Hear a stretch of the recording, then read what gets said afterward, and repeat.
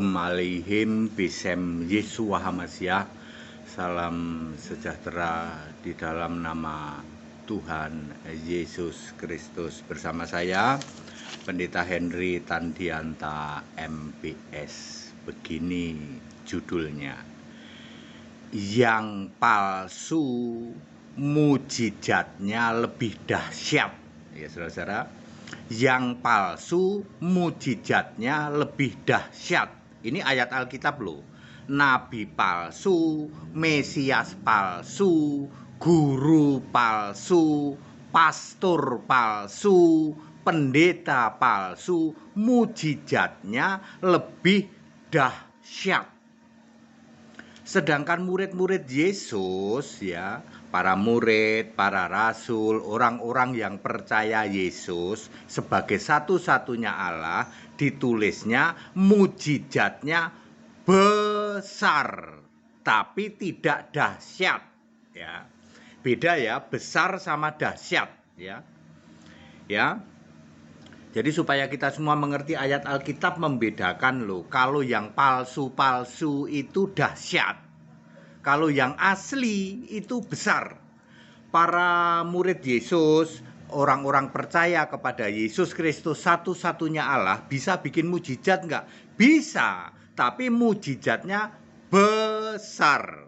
Sedangkan yang palsu, Mesias palsu, guru palsu, pastor jalanan palsu, pendeta palsu, mujizatnya dahsyat. Mari kita lihat. Matius 24 ayat 24. Ini perkataan Yesus langsung loh. Ya, ini perkataan Yesus langsung.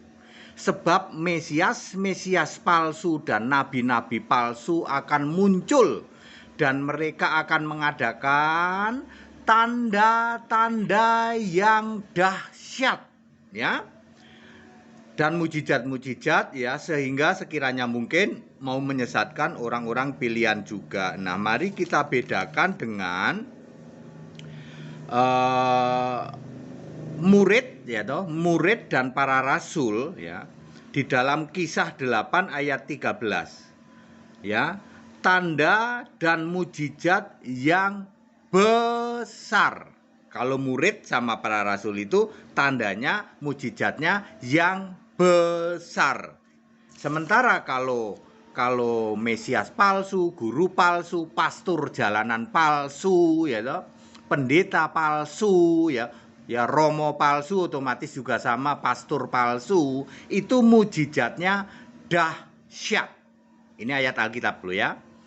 Dahsyat itu ada di dalam Matius 24 ayat 24, nabi palsu dan Mesias palsu. Sementara tanda-tanda dan mujizat yang besar itu ada di dalam Kisah 8 ayat 13. Besar tapi tidak dahsyat. Ini oleh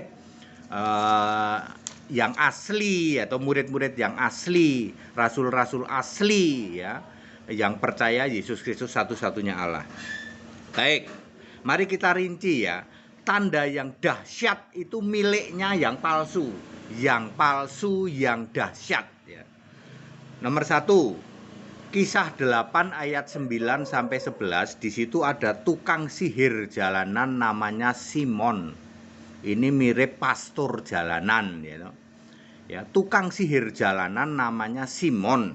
Kisah 8 ayat 9 sampai 11 itu membuat takjub dengan sihirnya, bahkan menipu seolah-olah orang penting, punya kuasa besar, ya. Waspada terhadap pendeta palsu, pastor palsu, tukang sihir jalanan, tepok-tepok sihir mesmerism, ya. Itu adalah palsu tukang sihir jalanan namanya Simon di dalam Kisah 8 ayat 9 sampai 11. Ini bikin tanda yang dahsyat, ya. Nomor 2, dahsyat identik dengan pamer. Pamer, skenarioan, berlagak orang penting, menipu, ya. Kisah 8 ayat 10 sampai 11. Mereka mengadakan tanda dan mujizat di jalan-jalan, skenarioan, settingan, tipu-tipu, yang penting kelihatan dahsyat. Itu Itu ciri-ciri palsu itu.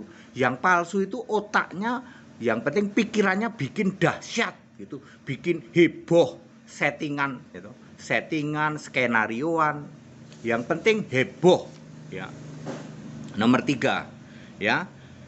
Bikin tanda untuk menyesatkan. Jadi tanda-tanda heran itu memang untuk menyesatkan. Matius 24 ayat 24 ya. Tanda ini ditujukan untuk menyesatkan orang-orang yang memang sudah percaya. Sekiranya mungkin menyesatkan orang-orang pilihan juga orang-orang yang percaya itu. Sedangkan mujizat itu tujuannya untuk cari pengikut dan uang. Ya, di dalam Kisah 8 ayat 11 dan 18 itu jelas-jelas Simon tukang sihir jalanan itu mau nyogok biar dia dapat duit. Tujuannya memang uang. Jadi pastor jalanan ya nabi-nabi palsu yang membuat mujizat dan tanda dahsyat itu, mujizatnya tujuannya untuk cari pengikut dan duit, uang ya. Kisah 8 ayat 11 dan 18. Lalu nomor 4, sumber mujizatnya adalah iblis, Beelzebul ya, sesuai Lukas 11 ayat 19. Jadi clear sampai sini, mujizat yang dahsyat, yang hebat, yang heboh, gitu. Pamer mujizat di mana-mana, di jalan-jalan, sumbernya pasti iblis, itu pasti menipu, itu pasti palsu, itu pasti tujuannya untuk penyesatan, cari pengikut dan uang. Ya, mari kita bedakan dengan tanda mujizat yang dimiliki para rasul, para murid dan orang-orang percaya yang disebut mujizat yang besar, tanda dan mujizat yang besar. Nomor 1, Kisah 8 ayat 13. Rasul dan murid juga bisa melakukan tanda dan mujizat yang besar tapi tidak dahsyat. Besar tapi tidak dahsyat. Nomor 2, tanda dan mujizat yang besar itu karena percaya pada Kristus Yesus. Kisah 8 ayat 13. Beda dengan yang palsu, dia nggak percaya Kristus Yesus, yang disembah masih Bapa. Betul? Ya, semua mujizat, tanda mujizat palsu pasti nyembahnya bukan Yesus satu-satunya Allah. Perhatikan baik-baik. Mereka masih nyembah Bapa, Anak, Roh Kudus, malah Bunda, malah patung Yesus. Lalu dia bikin mujizat. Sudah pasti itu palsu, dahsyat. Gitu. Heboh, yang disembah pasti bukan Yesus Kristus. Beda dengan mujizat besar para rasul, yang disembah Yesus Kristus. Kisah 8 ayat 13 sama sekali bukan settingan, bukan skenarioan dan bukan palsu. Nomor 3, tanda dan mujizat besar ini jauh dari pamer, jauh dari sifat-sifat adu hebat mujizat ya. Markus 16 ayat 17 dan 18 itu ya, tanda-tanda ini menyertai. Jadi include, menyertai orang percaya, diperlengkapi kepada orang percaya ya, yaitu berupa tanda-tanda ya.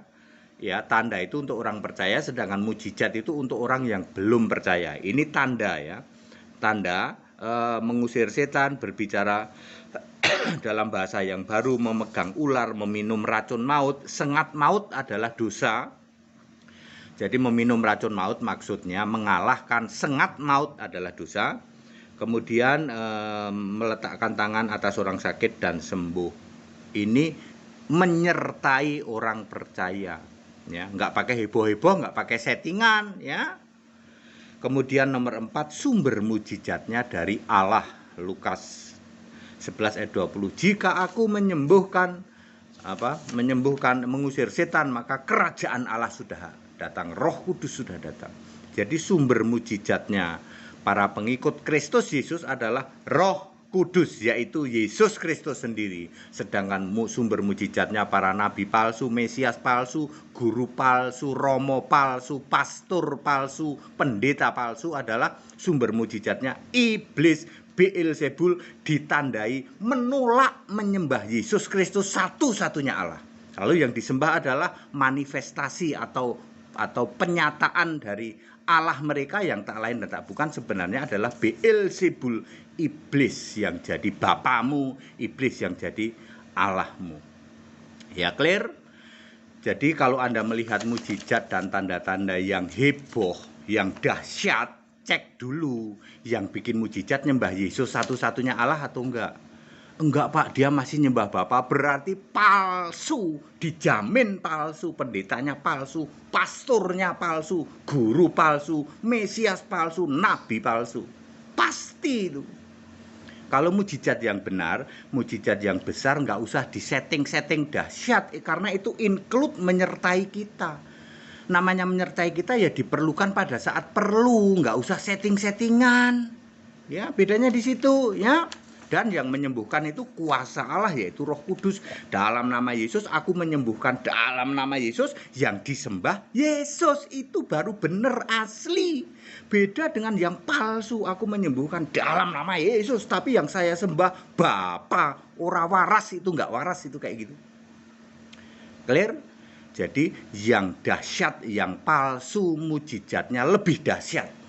Tetapi kalau yang asli mujizatnya besar, nggak pakai settingan, nggak pakai skenarioan. Padat, singkat, dan clear. Ayo ikut sekolah Alkitab biar ngerti hal-hal seperti ini ya. Jangan sampai Anda disesatkan oleh Pak, secara fisik kan mereka berhasil Pak menyembuhkan orang sakit. Itu namanya sihir, mesmerisme. Umurnya cuma sehari, nanti kamu pulang sampai rumah sakit lagi karena kamu waktu di situ kena sihir ya.